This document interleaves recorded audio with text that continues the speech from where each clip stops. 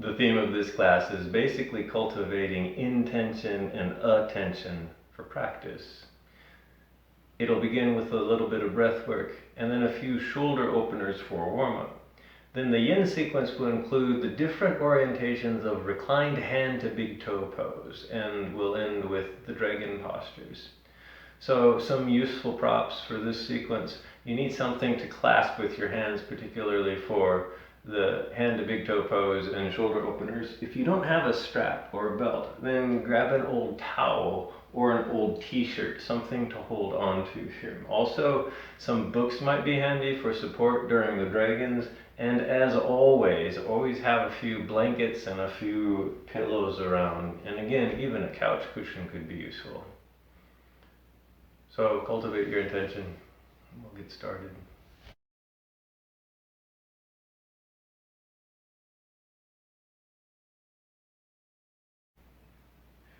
So the practice starts with getting grounded, and by grounded it means bringing oneself into the present moment and feeling stable about it. So find a comfortable seat, something that does feel stable. I'm sitting cross-legged at the moment, but it doesn't have to be cross-legged.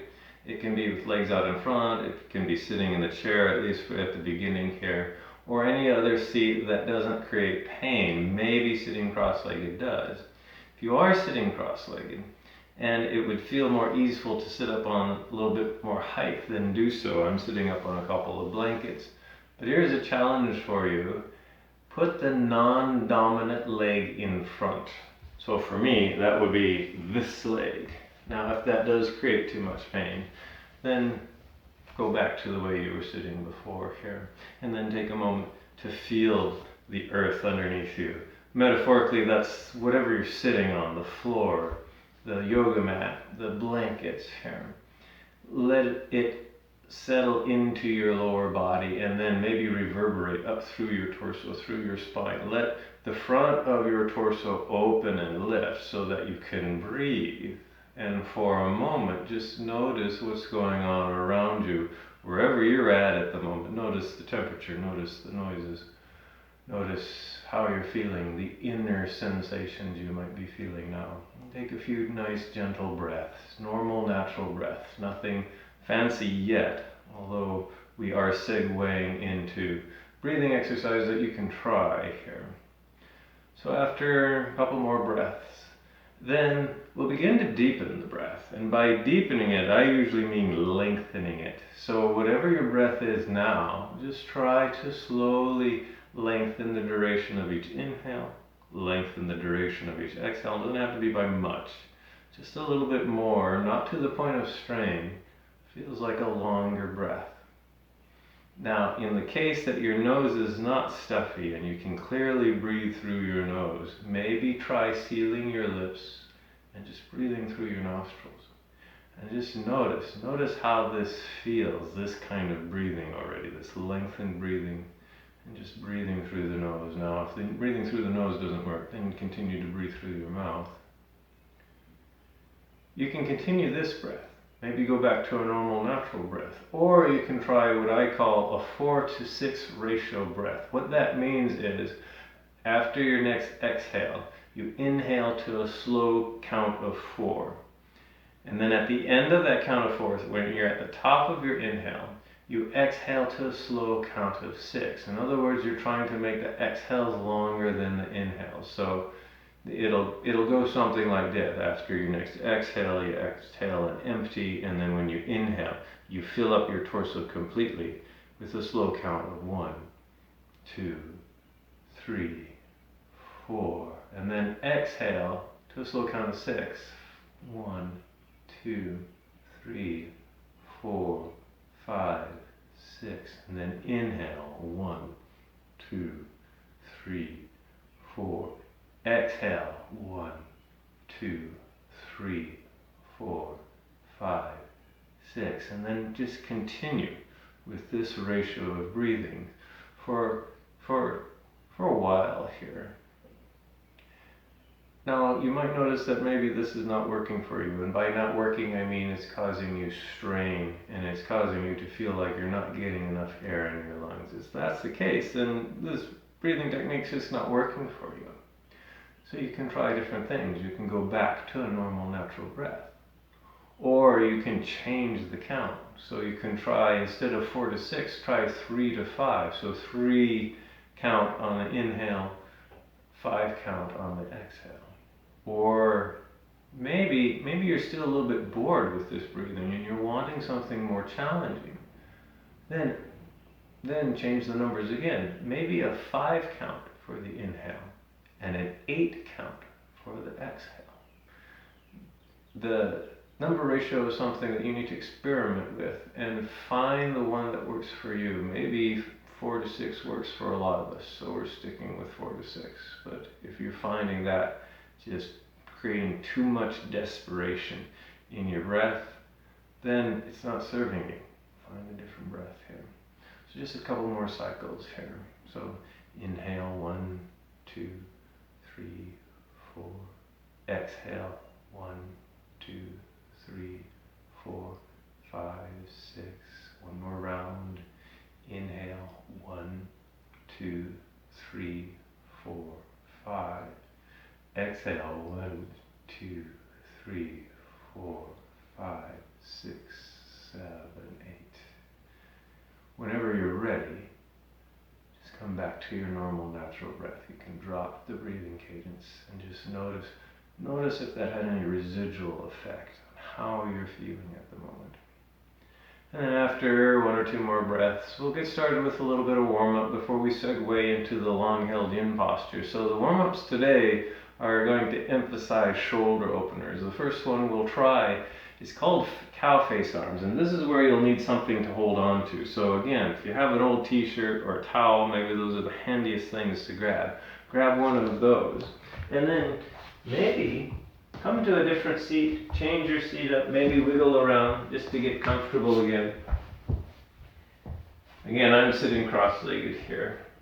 And then get stable in your lower body, long in your upper body, and then take the towel or the t-shirt in your right arm. Extend your right arm up overhead, go long through your right arm.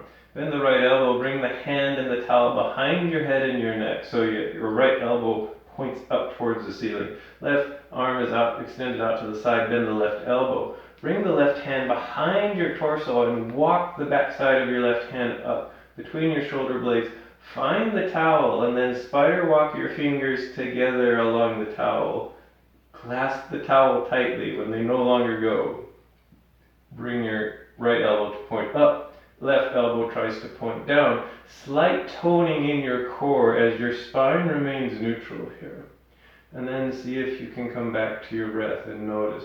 Notice how your breath plays with the pressure, maybe the discomfort in this pose here. One more breath. And then go ahead and release the towel. You can shake your arms and your shoulders out here a little bit, and we'll do the other side. So now put the towel in the opposite hand, the left hand. Reach up high and then bend the left elbow, bring the towel behind your torso. Right arm comes up to the side, palm faces away, bend the right elbow, and then walk your hands together along the towel. You may not even need the towel or the t-shirt or the belt or the strap. You can maybe just find your hands here. Try to point the right elbow down, left elbow up, slight toning in the core, lengthening through the spine, and then just notice. Just pay attention to the physical sensations that this is creating in your shoulders. Maybe also note how your mind, your emotions feel about this. One more breath. And then slowly release the towel here.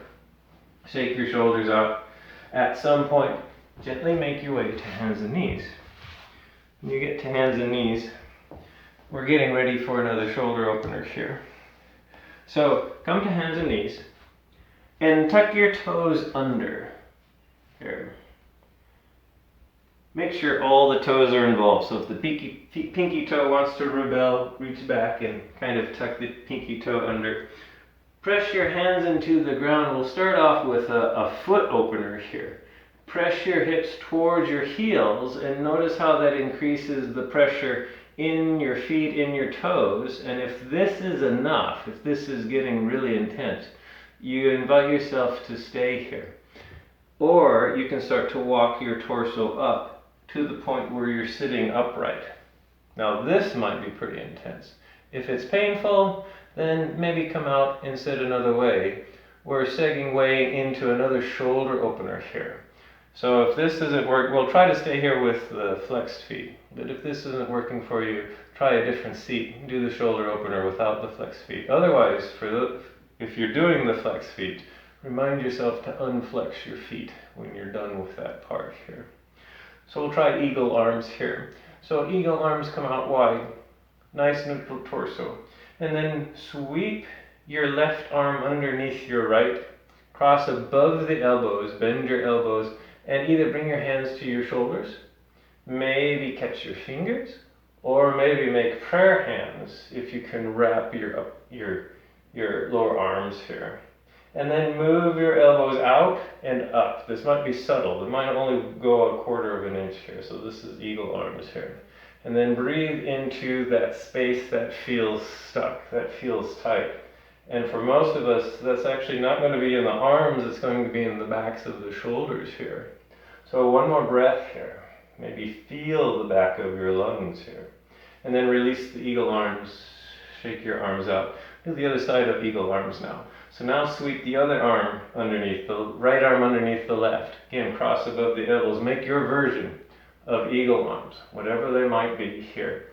Elbows go forward, elbow go up until you're stuck, and then stay there and reside in the stuckness. We call it stuckness, but it's really called our edge.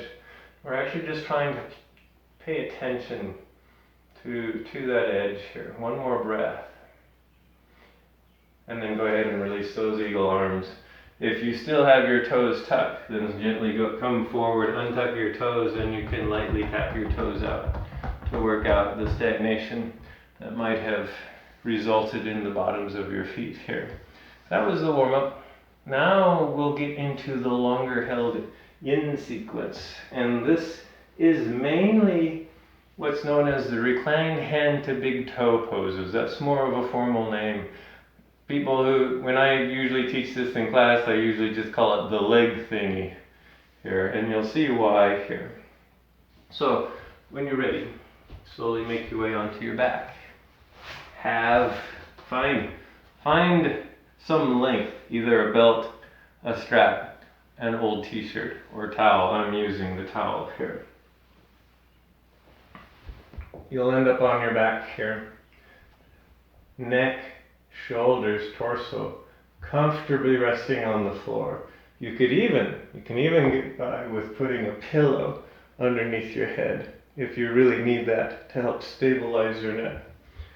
Otherwise, bend your right leg, draw your right knee into your torso. Now you can give that right knee a hug. You can clasp it behind your right thigh or hug your right shin.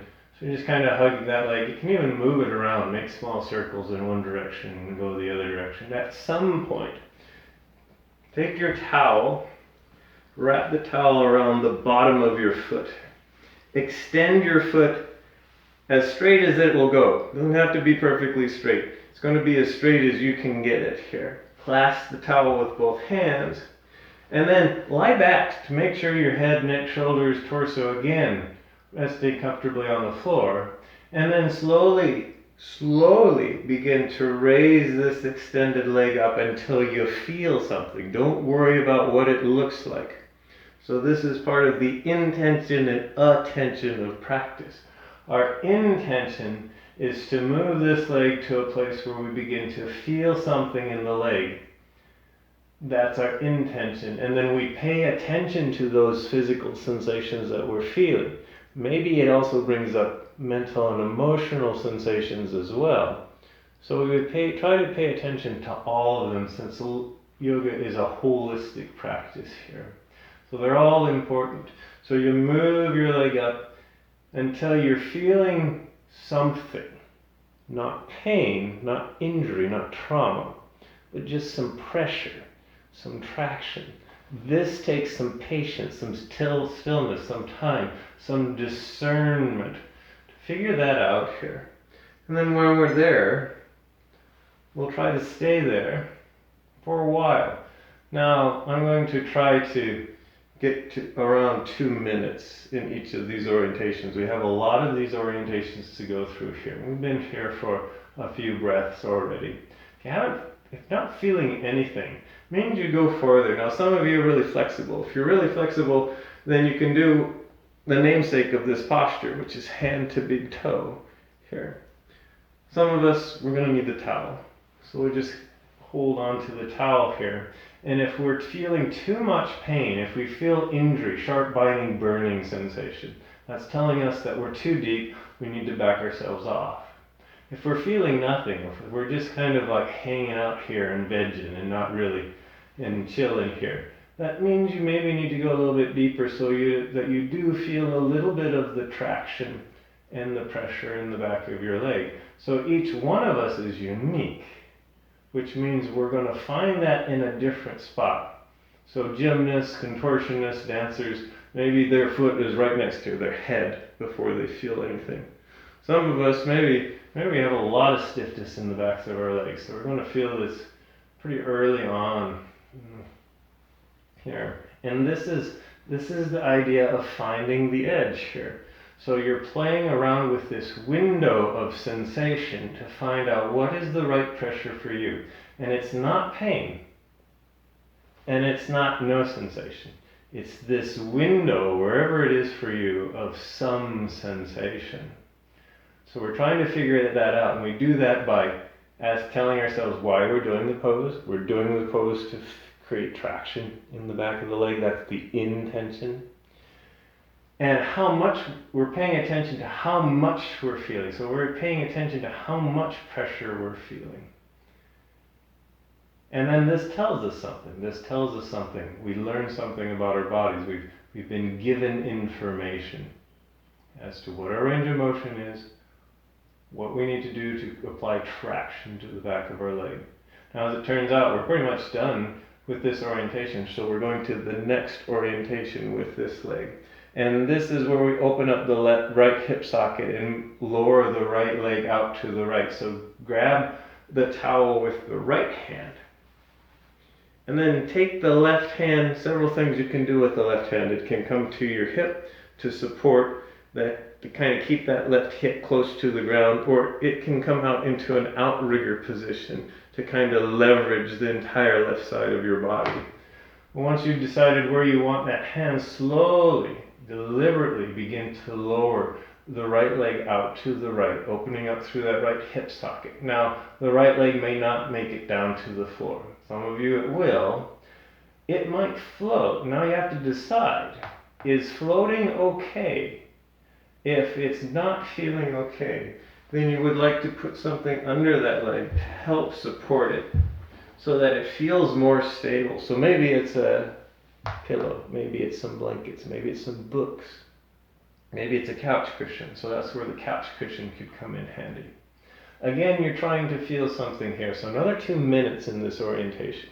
Again, if this is painful, it means you need to release the towel a little bit with your arm. If this is not feeling like anything, maybe you lost all sensation, then you need to hike up the foot towards the wall behind you a little more. Once you've found an edge that fits your body, once you've found this place of acceptable and appropriate sensation, by paying attention to it, you come back to your breath. Notice your inhales, notice your exhales, notice how your whole body breathes. And notice how that affects the pulsation of the posture, the increase in pressure, and maybe the easing of pressure. So about 3 more breaths in this orientation.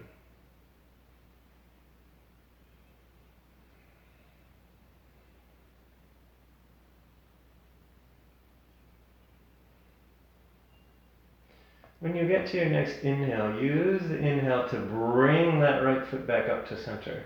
Clasp the towel with both hands, maybe stay here for a moment. And now we're coming into a twist here. So clasp the towel in with your left hand, so opposite the leg hand here. Maybe shift your hips over to the right just to make it easier to stack the hips. And then right arm either comes up to an outrigger or maybe alongside your ear, but slowly begin to lower the right leg all the way over to the left now. So we're coming into a spinal twist where we're stacking the right hip on top of the left hip. The right foot might make it to the ground. It might not. It might just float. If it's floating and feels okay, then that's okay. If it's floating and does not feel okay, then you take something to put underneath that leg to support it here. Since we're wanting a spinal twist, our whole upper body melts back towards the floor here. Your right shoulder doesn't need to reach the floor, but it might need to be supported. So if it's floating and it's feeling very unstable because it's floating, then that means you need to put a pillow or a blanket underneath it. If it makes it to the floor, that's wonderful. You can just kind of let it ground into the floor. Right arm is out to the side to stabilize this side of the body. Or you can bring the right arm up alongside the right ear. I like to do this just to make the posture more intense. Maybe I'm just weird that way. But if I bring the arm alongside the ear, I get this additional pressure and traction that runs through the right side of my torso. And so I feel like I'm multitasking here a little bit. I'm creating more traction in more places in my body. Not painful, not injurious traction, but just enough to where I know I'm affecting connective tissue, which is just the physical purpose for practicing yin here. So just 2 or 3 more breaths here in this orientation. Again, you can come out whenever you need to. You don't have to. This is not a contest. We're moving by feel and doing what's appropriate. Sometimes the appropriate thing is to come out of a posture a little bit before we want to here. So next inhale, use the inhale to bring that right leg all the way back up to center. Maybe hold it in center for one final breath. And then you can gently bend the knee, release the towel, give the right knee a hug. You can maybe even make little circles with that right knee again, one direction and the other direction. And then extend that right leg along the left leg here for a moment. If you're a little bit crooked, kind of straighten yourself out here. And then we do all of this on the other side here. So when you feel ready, bend the left knee. Right leg is now resting comfortably on the floor. Its work is done. So left knee comes in, give the left knee a hug. You can make little circles with the left knee one direction, maybe go the other direction with the left knee. And then when you're finally ready, take your towel, wrap it around the bottom of your left foot, extend your left leg up towards the ceiling, clasp the towel with both hands, make sure your torso, head, and neck are comfortable here. And then very slowly begin to raise that left leg until you're feeling something in the back of that left leg. So this takes some attention, this takes some discernment here. And then once you've found this side, now in yin, it's the time that we spend at our edge, at this place of feeling traction. It's time that does the work here. So we need to have patience. We need to be still. Through patience, stillness, and practice, this is where we begin to notice. Notice our ranges of motion. Notice the traction that's running through our body. And we start to learn, start to gather useful information about ourselves here.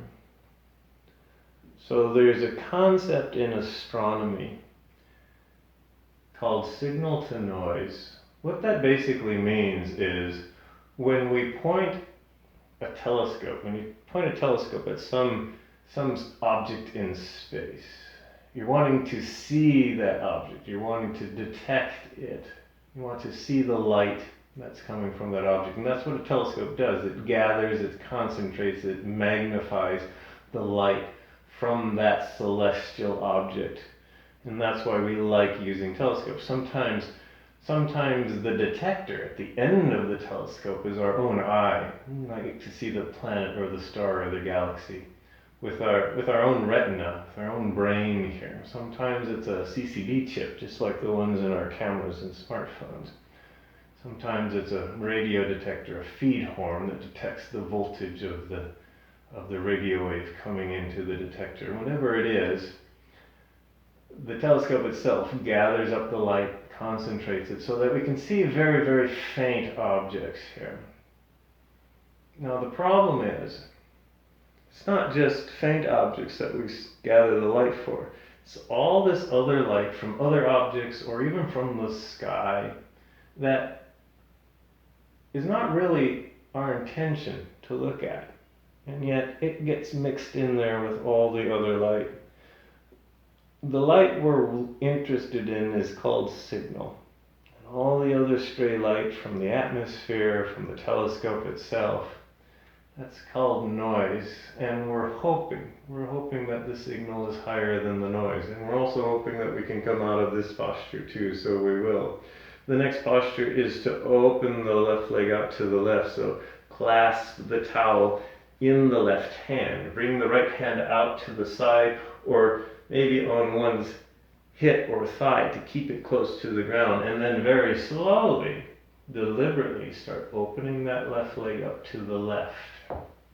Just as far as it goes. Again, some of us, the leg will make it to the floor. Some of us, it won't. And if it's not, and that's not feeling good, then put a prop underneath it here. And then adjust the tension on the towel to something that's appropriate for you. Appropriate is not injury. It's not sharp, biting, burning pain. It can be a little bit of uncomfortable traction. So this is the signal that we're trying to find. What's the appropriate signal here? Because if it's pain, that's not signal, it's noise. It's not what we've intended. That's extra. It's extra stuff we were not really wanting. So that's how you can kind of define noise here. So maybe another minute in this orientation. We kind of all inherently understand this concept of signal to noise. We notice it every day and night when we try to look at the stars. So the atmosphere itself can absorb, scatter, reflect sunlight and artificial lights. And if there's too much of that stray scattered light in the atmosphere, it swamps out the light coming from distant stars to the point where we can't see them anymore. We know this because we've been in places where it's been very, very dark. It's in the middle of the night. We're away from city lights. The sky is dark and we can see very, very faint stars. And we can see them because there's not a lot of ambient light. There's not a lot of noise. So the signal of those faint stars can creep through, can get through all the extra light. If there's any light pollution around, or if it's during the day, you can't see those stars. You can't see those stars because the signal from those stars gets blotted out, gets blocked by all the noise, gets overwhelmed by the noise from the atmosphere, which in this case is scattered light from the blue sky during the day. Or it could be scattered light from city lights. Too many city lights. And this is why you can't see faint stars in the city, because the sky glow from all of the urban lights is noise, and there's more noise than there is signal from the stars, which is why you can only see bright stars in the middle of the city. So one more breath here, and then on your next inhale and bring that leg back up to center. Switch hands with the towel. So right hand has the towel. Left hand comes out like an outrigger. Maybe shift your hips over to the left. We're coming into the spinal twist. So slowly lower that left leg over to the right, stacking the left hip on top of the right so that your torso is in a spinal twist. Again, upper torso is melting back towards the ground so that you know you're in a spinal twist. Shoulder doesn't need to make it to the ground. It feels better if it does. But it can float, or you can put a prop underneath it here. And then settle, find your edge. Maybe you need to adjust where this foot is. Maybe you need to adjust the knee. So make some adjustments to find more, so that you can get more signal out of this pose here.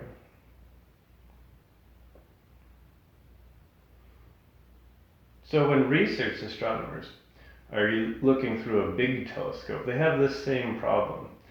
Maybe they have a very dark, clear sky, but they're trying to use a big telescope to look at something very faint.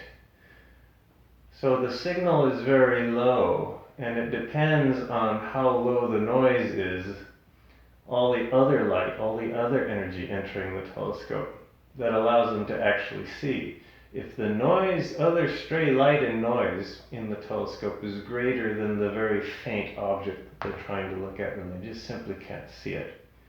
And so the term, this phrase signal to noise means in order for us to see something, this object has to be bright enough or emit enough energy to be above the noise here.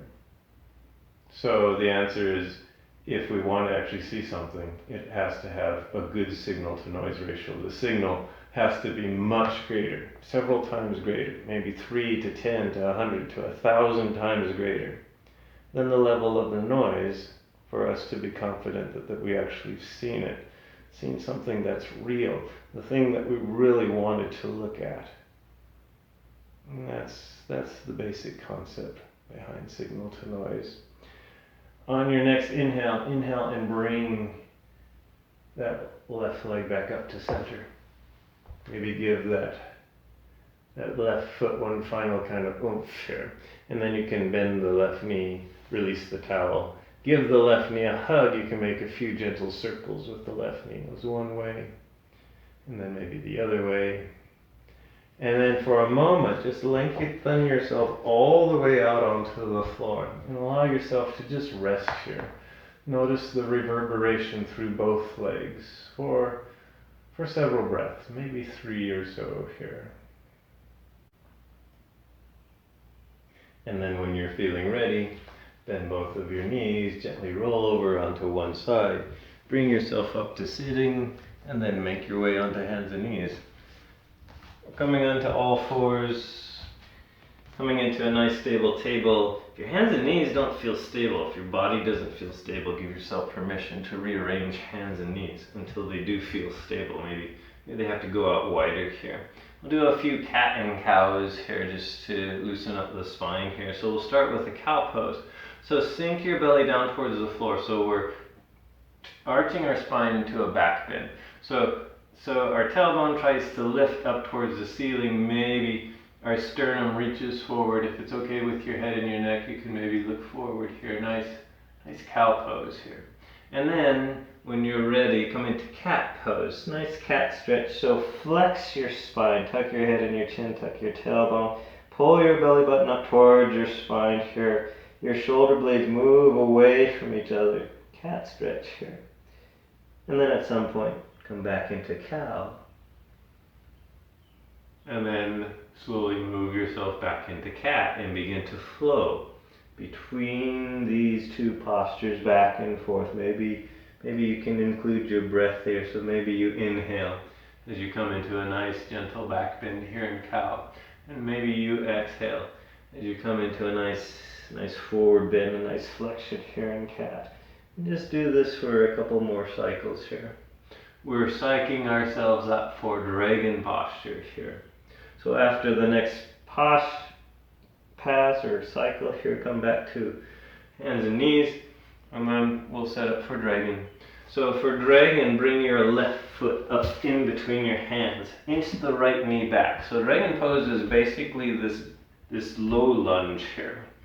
So the idea is we'll stay here for a few minutes. Now you might decide to take care of some uncomfortable pressure points. So if that back knee or that back ankle is complaining, then take some extra padding like a blanket, place it underneath that shin so that that knee and that ankle have some extra space here. Then decide if things are okay up front, maybe your hands don't reach the ground to really stabilize your torso. In which case, some piles of books might be handy. Maybe take a few books, make sure they're kind of at the same height, and then place them where your hands are at, so that you can actually root your hands down into the books to make things feel more stable here. We're trying to open up through the hips and through this back quadricep here. That's the intention of the pose. So not at the expense of something else. Maybe there's some bad compression going on here. You can move this femur bone around to get around that compression.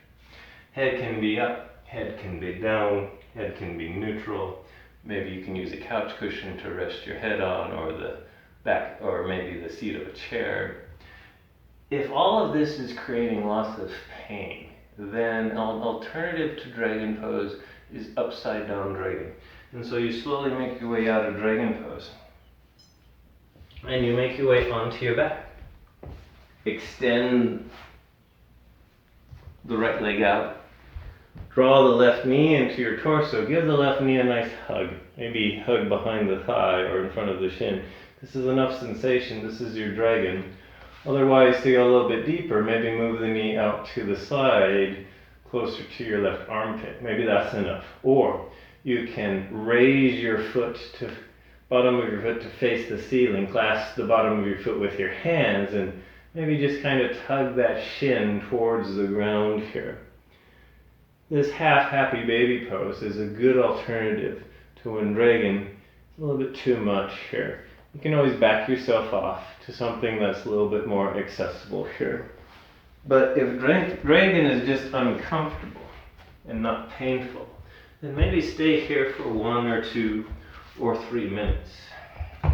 So my suggestion today is to try high flying dragon. So if you're in basic dragon and it's kind of like kind of ho hum and normal, and you're wanting a little bit more of a challenge, then try to bring your torso up. Maybe rest your hands on your front thigh, raise your torso up here, and just notice how this changes the subtleties of the sensations running through wherever the pressure is in dragon. So in other words, we're being slow and deliberate. We're watching our breath and how our physical sensations change, because that's the signal of the posture in these physical posture practices. It's not the only signal. It's not the only thing that can be useful to us. Sometimes these postures invoke mental changes and emotional sensations. And it's good to notice all of that, because that's useful. We learn something about ourselves. Maybe you're doing dragon now and maybe physically you're fine, but maybe mentally all of a sudden you're really frustrated and angry, and you weren't a minute ago. So the question is why? Because that's useful information. It's like, this posture is making me angry, and maybe I need to figure out why. So that's the investigation. But it depends on your intention. So we're coming back to the subtleties of signal to noise. So signal to noise is a straightforward concept in astronomy. You can apply it to a human being, but a human being is much more complicated than a telescope is. And so you have to ask yourself, what's signal? What's noise right now? One more breath here in dragon. If you're in high flying dragon, bring yourself back into normal dragon. If you're normal dragon, we'll move into downward facing dog as a counter pose. So for downward facing dog, plant your hands, tuck the back toes, lift the back knee, press yourself back and up into downward facing dog. By the way, you can skip downward facing dog if you don't like downward facing dog. If you're here in downward facing dog, it might feel pretty good after 3 minutes of dragon pose. So you can pedal your heels, you can take your dog for a walk, you can do 3-legged dog here to work out all the reverberations and stagnations of dragon. Maybe when you get done with downward facing dog, you can come to sit, kind of wiggle up other things out. You can rest in child's pose, maybe a few more rounds of cat and cow. And at some point we do have to do the other side of dragon. So when you're ready, make your way on the hands and knees, and now it's the other foot. The right foot comes up between the hands, inch the left knee back, and then decide what kind of props you would like for this dragon. So maybe you want some padding underneath that back leg. Maybe you would like some books under your hands here.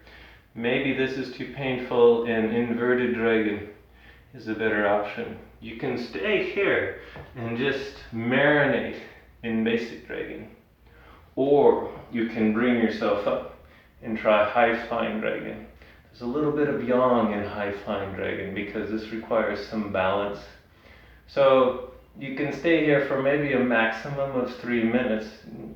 If you're going to stay longer, I would suggest other forms of dragon to where you can release and relax the muscle fiber so that the traction can more effectively go into the connective tissue here. So, a few more minutes on this side. Settle in, watch your breath, watch your signal, your sensations, whatever is useful and important to you. And in a yin practice, the useful thing is the physical traction that you're creating. And also, what your mind is thinking about that. Is it getting busy? Is it getting desperate? Is it getting bored? Since every single one of us human beings is unique, when we come to practice yoga, our intentions are different, our attentions are different. Therefore, the signal we're interested in might be different. The noise we're trying to block out might be different. And so we have to determine, every time we practice, what part of this practice is actually signal to me, was actually useful and helpful? And what part of this practice is actually just noise? It's a distraction. It's getting in the way of practice.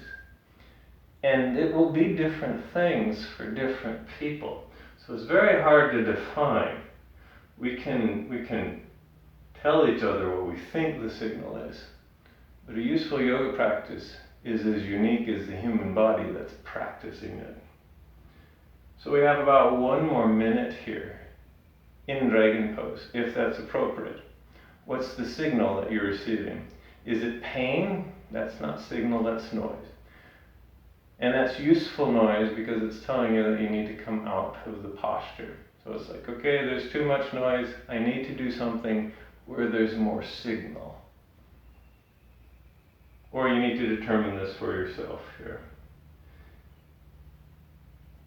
So watch your breath. Breath is a good source of signal. Check in with your mental state, your emotional sensations, your physical sensations. Here, for 3 more breaths.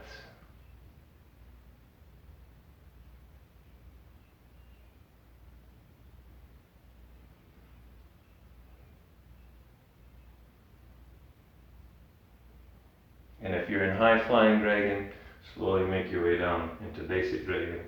You get to basic dragon, come out however you would like. Now you can come back out into downward facing dog again. That might actually feel pretty good after 3 minutes of dragon, but there might be some other way that you would like to come out and work out the kinks here. So a little bit of motion, movement, wiggling, always a good idea. At some point, maybe make your way back into wide-legged child's pose. So for wide-legged child's pose, come to hands and knees, bring your knees about mat width apart, bring your big toes to touch, sink your hips back towards your heels, as far as they go until they stop. And then lower your torso. Extend your arms forward and allow yourself to just soften and release here. You can even say to yourself, oh, thank goodness we're done with dragons here. And then just a few breaths to relax and release. So maybe inhale, grow the back side of your torso long. And then as you exhale, everything just releases and softens here. See if you can notice, see if you can pay attention to the signal and the noise that this shape produces. One more breath here. And then slowly make your way up. Make your way onto your back. So that's the last long held yin posture. We'll do a little bit of integration before final resting pose. So when you make your way onto your back, bend your knees, give your knees a nice hug. You can hug them behind the thighs or in front of the shins. You can rock from side to side here. Put your feet back down onto the ground. Take your left thigh and wrap it around your right thigh here. And then draw both knees in towards your torso. So you can take your left hand on your left knee, right hand on the right knee, left hand on the left knee here. And then just use those hands to help draw those knees in. Maybe this is enough, so you stay here. For those of you who can, maybe you can reach your foot. So reach the right foot, reach the left foot with both hands, and then use the muscles in your arms to really pull your feet towards the floor, towards your hips, towards your shoulders here, as far as you go until you're stuck and you're feeling lots of nice pressure here. And then maybe hold for a breath. And then release. Knees are still bent, feet are on the floor. Unwrap your knees and then wrap them the other way. So right thigh over left. And then left hand to right thigh, right hand to right knee here. And then pull your knees in. Again, if you can reach your feet. Same procedure here. Hold on to your feet. And then go ahead and release. And then a twist here. So both knees bent, bring them into your torso. Arms are out wide here. And then gently lower your knees over to the right side. Pause here for a few breaths.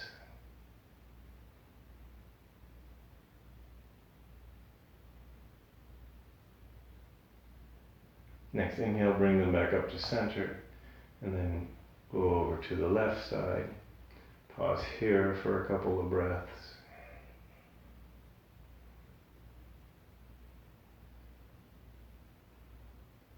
And then bring your knees back up. Give your knees one final hug. And then from here, we're moving into our final resting posture.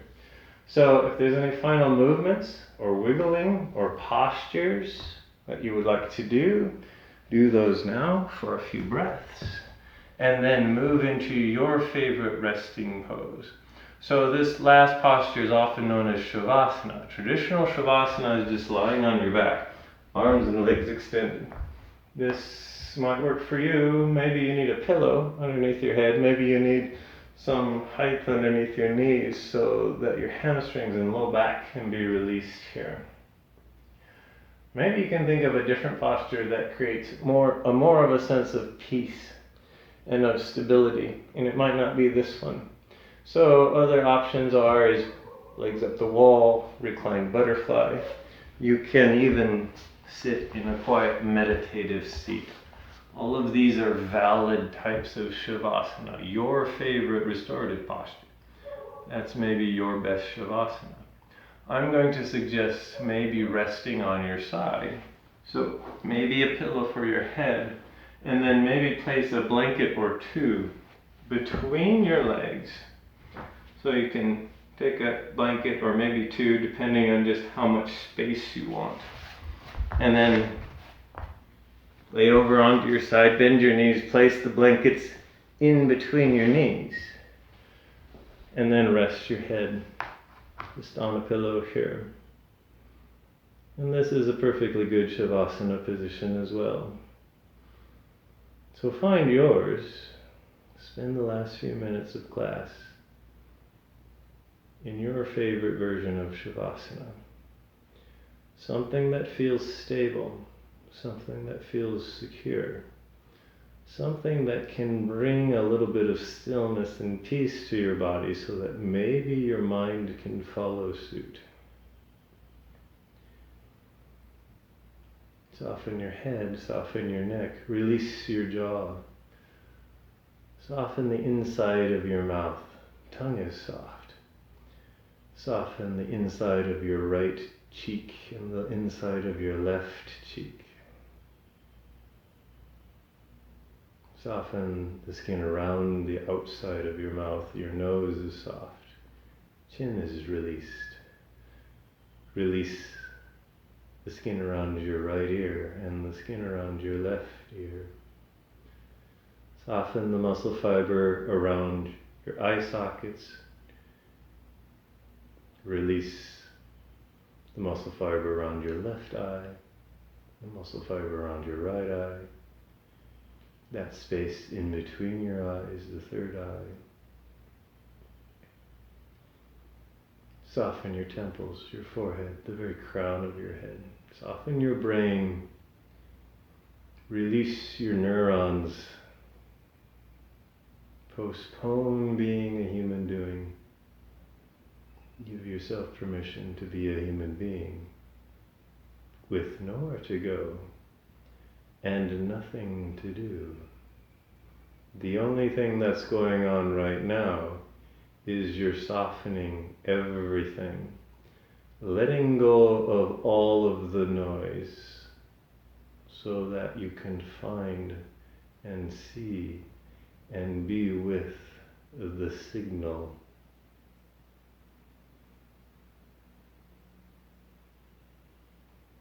Collarbones are soft. Shoulder blades are released.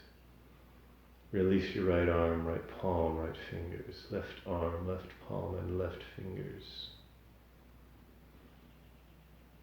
Bring your attention to the tips of all of your fingers on both hands and see if you can notice a light tingling sensation in the tips of your fingers. A very subtle signal, that interplay between your nervous system and your capillaries. That's the signal of your life force, you, in the tips of your fingers.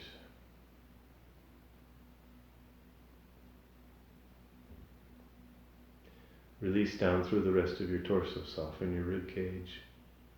Relax your abdomen. Release down through your hips, your thighs, knees, shins, ankles, heels, soles, and tops of your feet. Release and relax all of your toes on both feet. With a little bit of stillness and patience, see if you can notice that light tingling in the tips of your toes.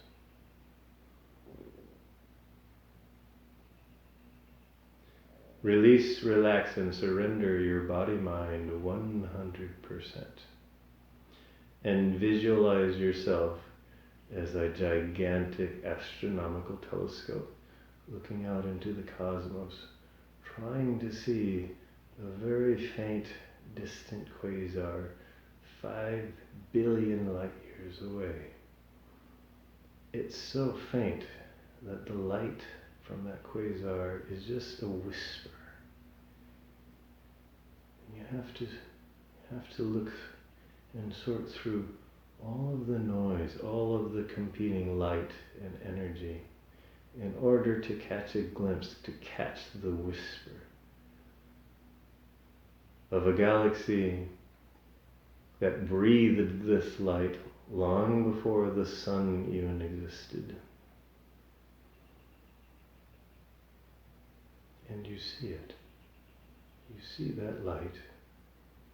And the light tells you something, that signal tells you this, sends this message to you. I am here. I am here.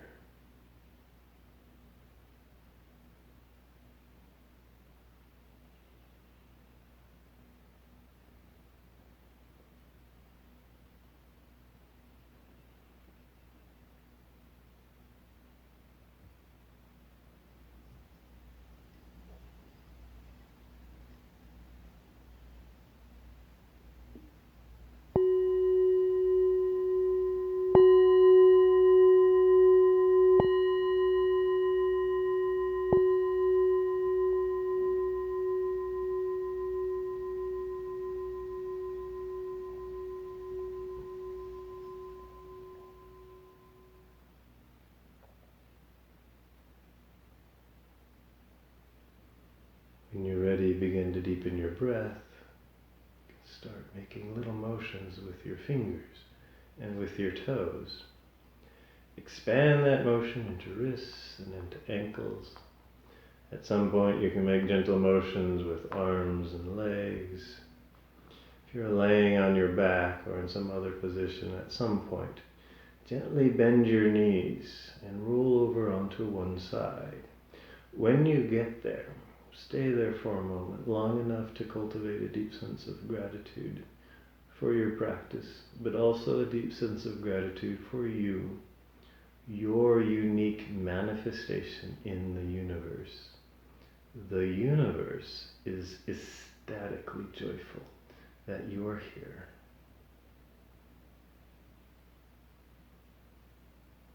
And then when you're ready, gently bring yourself up into a comfortable seat. Once you get there, notice the stability of your lower ground as it contacts the earth. Maybe roll your torso nice and neutral one last time. Bring your hands together at heart center. So I end practice with one chanting of Om. You can either join in or just listen to my voice.